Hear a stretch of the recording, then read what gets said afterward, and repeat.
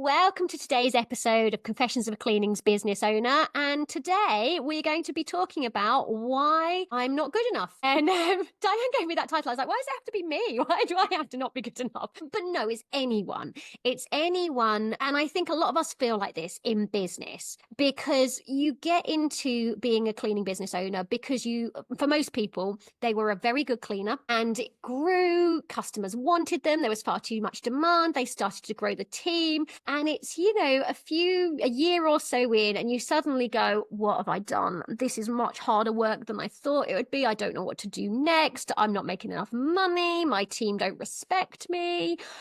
What else? What else is going on, Diane? Yeah, and it's we start out with a dream usually, don't we? Or even actually sometimes it's more practical than that. It might just be I want something that fits around family, etc. And yeah, if we're good at it, then it grows, sometimes despite us almost. And then we all get to a point where it's like, I don't think I can do this. I don't think I'm strong enough. I don't think I'm good enough. I don't know what I'm doing. Why am I doing it? Why am I bothering? This is ridiculous. And I think what this does is it makes us so anxious and so scared or uncertain that we then stop functioning sometimes as business owners. And also sometimes, obviously, it has a knock-on effect into our personal life as well, doesn't it? So the reason we're talking quite so confidently about this right now is because we've just recorded a masterclass on, it's titled Imposter Syndrome, but I think a lot of us don't necessarily recognize what Diane and I have just described as imposter syndrome.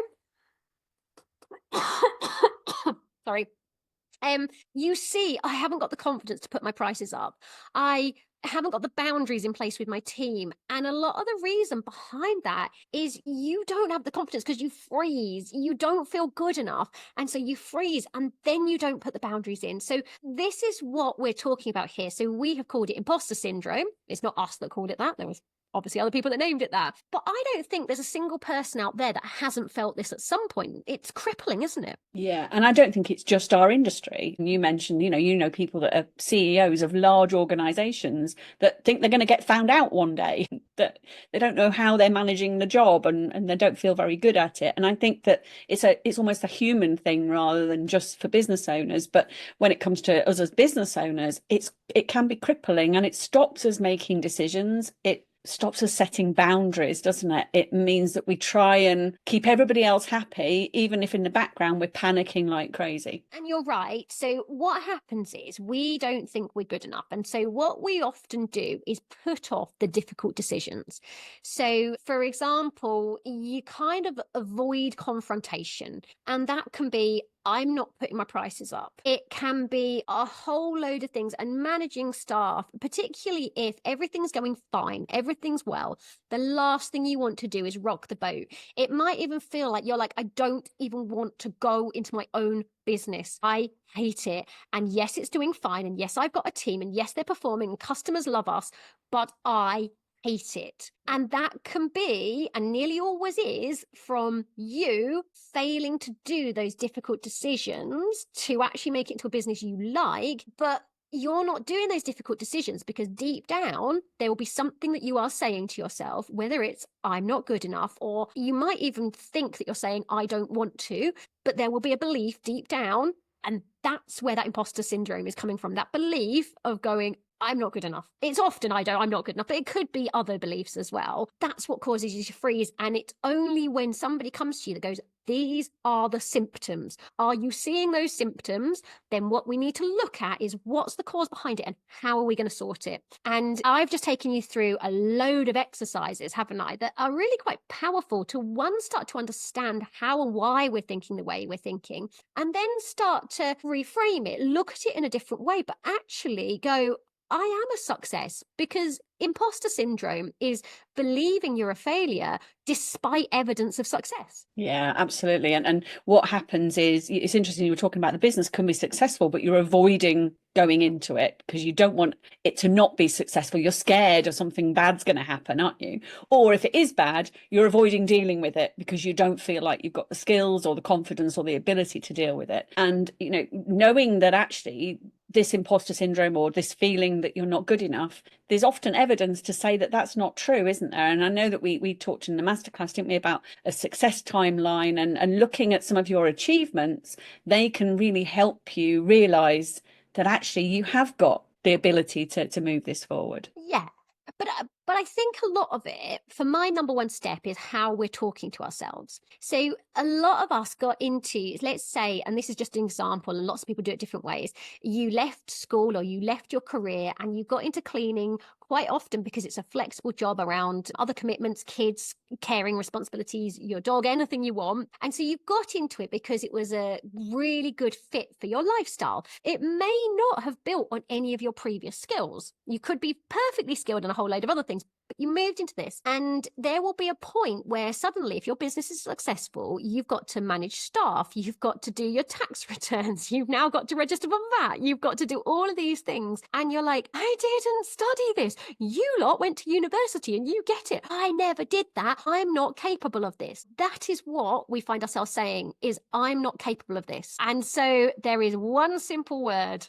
I'm going to give it to you today, Diane. It's yet. So, it's a kinder word to yourself, isn't it? yeah, and I think it's very easy to look at yourself saying, I'm out of my depth here. I can't do this. Everyone else is more capable than me because they have done X, Y, and Z. Therefore, they're better than me at this. And maybe they are. Maybe they are better than you at it right now. But that doesn't mean you can't be the same or outperform them if you were to learn it, if you were to put of effort into solving whatever it is you think they're slightly better than you at. So we're all capable of growing and changing, but you haven't done that learning yet. Yeah, absolutely. And it's interesting because, you talk about people going to university and we've both been to university, but a lot of what I learned, even prior to university, when I did management training and industrial relations, all sorts of different things, I don't think as a small business owner, there's some core skills in there that maybe I understand some of the theory behind things better, but actually real experience trumps all of that, I think, doesn't it? So as a business owner, sort of thinking, I can't do that because I didn't learn it at school or university or at college, actually you've learned so much in your business. Yes, there's still things that you haven't learned yet, and there's information and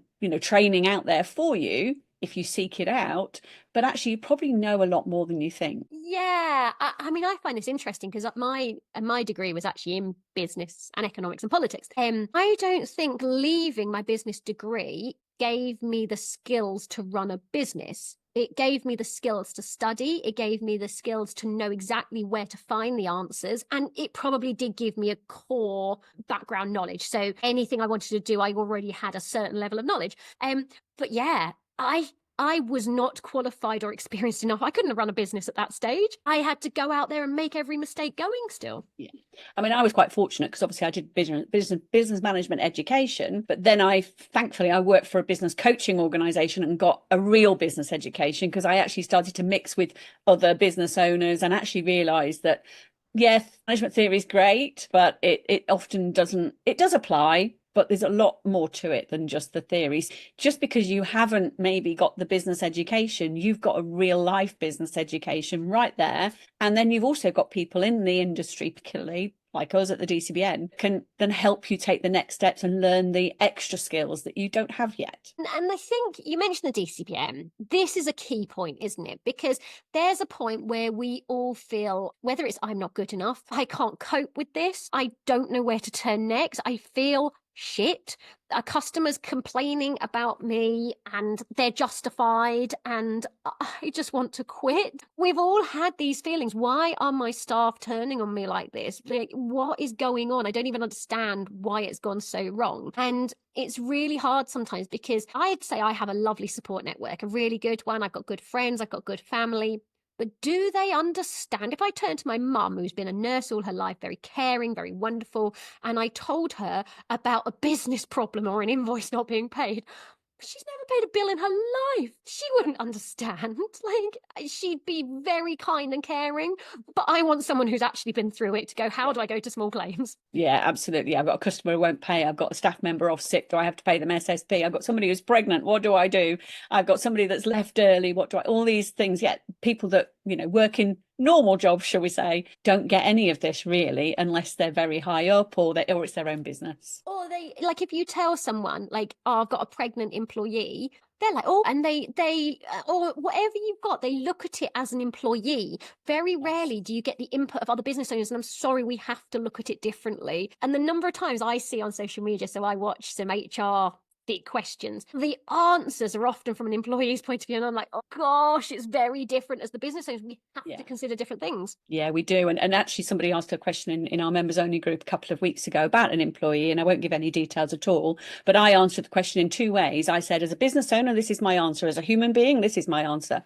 Because sometimes it's two different things. Yeah. The point is, right, you are going to feel intense emotions, sad, worry, angry, hurt, all of these things. That's when you need a network around you. That's when you need a people who are going to get you. Now, it's great that they can give you practical advice, but sometimes you just want someone else who's been through the same shit as you. And that's where the DCBN comes in. Like, yes, me and Diane are going to sympathize and empathize, but you want other people who went through it only last month to go, this is really awful. Yeah, and this is how I felt. And let's whinge about it together. Because if you can have 20 or 30 minutes comparing experiences, knowing that other people have done it, but then knowing that other people have done it and got through it, you go, it's not going to end everything then. No. And that's the important thing, isn't it? Is you don't need a pity party. You need a little bit of emotional support, but also don't worry because it gets better, or this is what we did and it worked. And yeah, so some practical ideas as well as the support. Oh, no, Diane, I slightly disagree. I do want a pity party. I want a pity party for a little bit. Come on, like, let's feel it. Let's wallow in that emotion. Yeah, you're gonna have to go elsewhere for that, Louise, because you know you're never going to get a pity party with me. So you do that, and then there's people, and of course, the nice thing about the DCBN is there's caring people that are going through it at the same time. But yeah, there are people that are like, come on, just pull up your pants and take me to court. It's like, they don't care. They're just going to do it. You're like, well, that's where I'm going to have to be, isn't it? Because, do I sit with the other people that are feeling all the emotions and sad, or do I just go with the big boys and they'll, make contact with someone who's gone to small claims a few times, gone through, let's sack them for gross misconduct. Brutal, but it's kind of what you need sometimes. It's that kick up the bum that we don't want. No, and I suppose for us, we can sit here with over 30 years experience between us. There's not many problems we haven't faced, are there, really, in our businesses? And obviously, that's why we like to help others with that knowledge so they don't have to make the same mistakes we made. We definitely wish there'd been us around, when we first started. But also, if you're, one of the things that, we talked about in the masterclass was, if you're feeling like this about yourself, what are you telling yourself? Because if this was your best friend, despite the fact that, they might not necessarily have their own business, if your best friend had their own business and were coming to you, telling you that they were feeling not good enough, that they can't do this, what are they going to do? This is awful. You would not tell them, absolutely, you're right, you're useless. What's the matter with you? Why did you even think you could do this?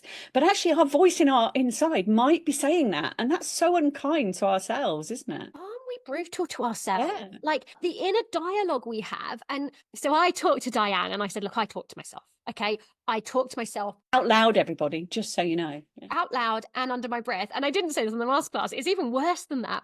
So if I've got a really big problem going on or a really big discussion, negotiation, whatever it is, and it's often when I'm taking the kids to or from school. My daughter's still at primary school, so I have to drive her there. And I'm not talking to her, and I'm playing it over in my head, and I'm muttering under my breath, like whispering. I'm not talking to her, but she's like, Mummy, what are you talking about? What are you doing? Just tell me. And I'm like, oh, I've done it again, haven't I? It's really, I'm meant to be paying attention to her and the road. But yeah, I'm muttering about whatever it is I'm thinking about. So some people have an inner dialogue, don't they? And I don't think I have an inner dialogue, but I don't think I do. But some people actually have a voice, don't they, in their head that talks away to them. And if that voice was your best friend, you would get rid of them as your friend, wouldn't you, if they were saying all this stuff to you? And I think we need to be kinder to ourselves. And actually, you said right at the beginning that the key word here is, you might not be good enough yet. You might not have the skills yet. You might not know how to solve this problem yet. But there are solutions out there, and there is help out there, isn't there? So it's interesting when you say we need to be kinder to ourselves, because again, we didn't really talk about this on the masterclass. We came up with real practical solutions. The biggest problem that most people have, and we started sort of talking about it at the beginning of this podcast episode, is, are you even aware how you're talking to yourself? Because the first the first step to solving any problems is being consciously aware of it. So I know what I'm saying to myself because I probably said it out loud, right? You're saying to me, well, I don't have a voice in my head, by the way, Diane, right? I still know it's me. It's not like I've got a best friend. Yeah. I might look at it from different perspectives, but like there's not like an imaginary person. But anyway, right. So the point is, I know what I'm saying to myself. What are you unconsciously or subconsciously saying to yourself? Are you repeating this thing? So obviously saying it out loud makes it really clear and obvious what I'm saying to myself. But most of us are not even aware what we're saying. And if I could give, one piece of advice here is if you are going through a really, really tough situation, whether it is a problem in business or a problem at home or any part of your life, the best way to solve it is to give your brain the capacity to actually analyze it. Write down your problem, not just in one sentence, fully write it down. If you write an A4 page about this problem, well, that's fine, right? Write it and keep writing it and then write some more. So if I ask someone to write me what their problem is, they will normally give it to me in a paragraph, normally about 5 sentences. Now I want you to write more. Tell me how it makes you feel. Tell me what caused it. Tell me everything. I want an A4 page on this problem. By the time you have finished telling me or whoever this entire problem, you've probably worked out the solution. Yeah. And is that, that's almost like emptying your brain onto a piece of paper, isn't it? So that it's clearer. And yeah, as you're writing, you're going, oh, actually, I can fix this. I can solve this because it comes to you because you've given your brain a chance to work on it without it being just a mess in your head. Yeah. And that's what a coach does. So obviously I don't do so much coaching at the moment because I'm so insanely busy, but you do a lot of coaching. I have done it in the past. But the point is, it's almost what a brilliant coach does, and what you do really nicely, because you do it for me as well, is untangle the problem.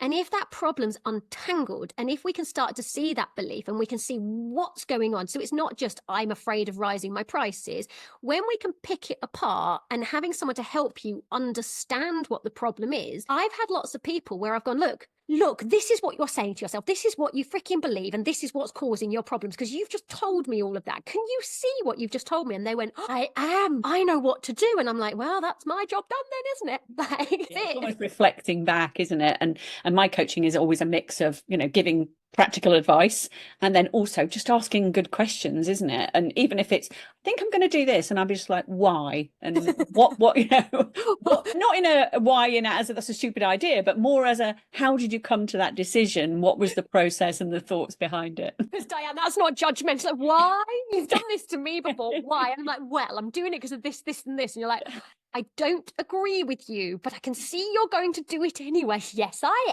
am. Enjoy. Yeah. This is why you're not actually my coach, because I think you'd hate it.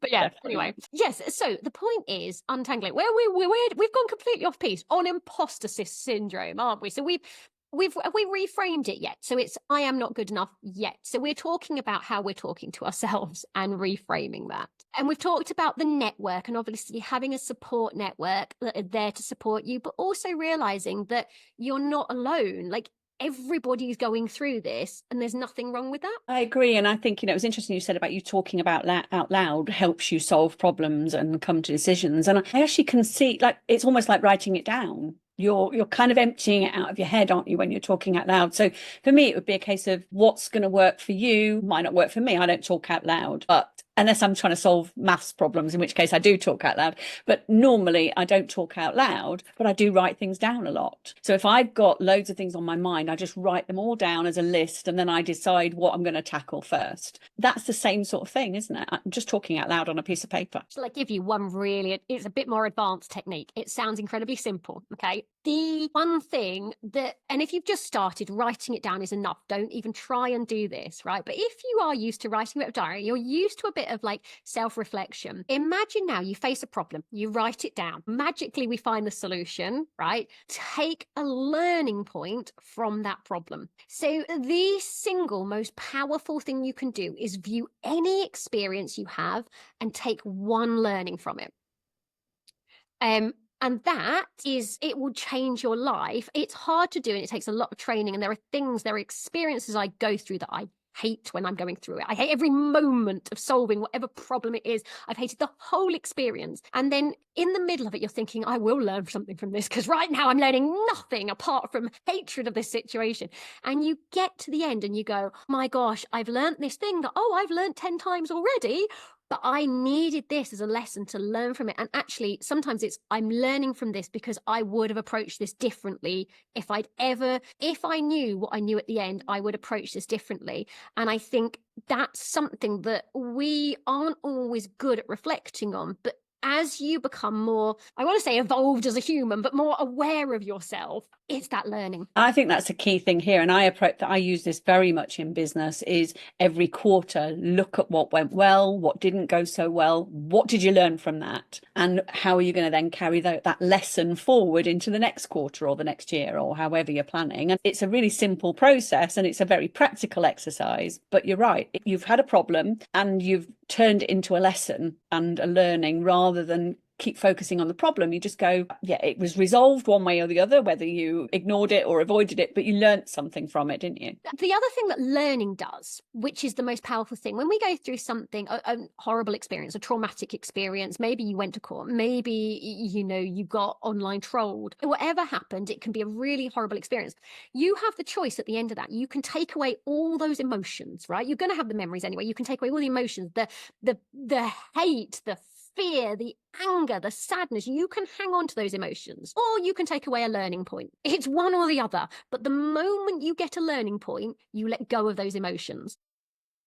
That's interesting, because you can almost go, yeah, I can move forward now on to the next problem usually, but I can move forward now without taking all that baggage with me. Yeah, it's really powerful, I think. And yeah, so this is one of the techniques, and we are getting a little bit more advanced with the NLP, but and that's where a good coach can help you. The moment you get that learning point, the emotions are gone. Because if I learnt from it, why would I hang on to anger about it? Why would I hang on to sadness? Like, I've still got the memories, but I don't need to dwell on those emotions. So is the reality of I'm not good enough, I can't do this, is that going to keep happening? Or, as our business grows, for example, you just get to the next level and I feel like that again. So, okay, I've now got to seek out new skills, new ways of doing things so that I can just do the next level, and then I might feel the same way again. Is this just a process that we're going to keep going through, or do we eventually get over it? No, you will never get over it. So yes, it's possible to get over all of this, but you're probably going to have to become a monk in Tibet, right? So there's a level of there's a level of human understanding and analysis of ourselves whereby this doesn't happen anymore, I'm sure. Am I there? No. There is, you and I are constantly, and everyone else are constantly pushed out of their comfort zones. We're constantly problem solving. We're constantly pushing. And if I get to a comfortable point, I push myself. And every time you do that and you come across an impassable problem, for example, then you're going to have to go through this again. And there's a whole load of emotions and there's a whole load of learning points. And you could stop doing all of that and you could be just happily stagnant. But do you want to be happily stagnant? Yeah, I mean, there's merit in sitting in a comfort zone, though, isn't there, sometimes? And maybe there's merit in sitting there for a while and enjoying it before striving for the next level. Because I do think as business owners and entrepreneurs, we're sometimes so focused on the next thing, we forget to enjoy the moment and celebrate what we just achieved. So there is that as well. So really, I think we're just saying that this is kind of normal. It's just finding ways of dealing with it. Yeah. Yeah. So if you've gone through this or are going through this, we have a brilliant masterclass about really practical techniques. We haven't covered any of them today, actually, but they are really good and they are really practical, and you can put them into place straight away and you are going to feel quite different about it. So you and I will be directing people in the DCBN to that masterclass, because it's quite a powerful one, wasn't it? Yeah, absolutely. So thanks, Louise. That was an interesting chat as usual. Thank you, Diane. Lovely to speak to you, and see you next week.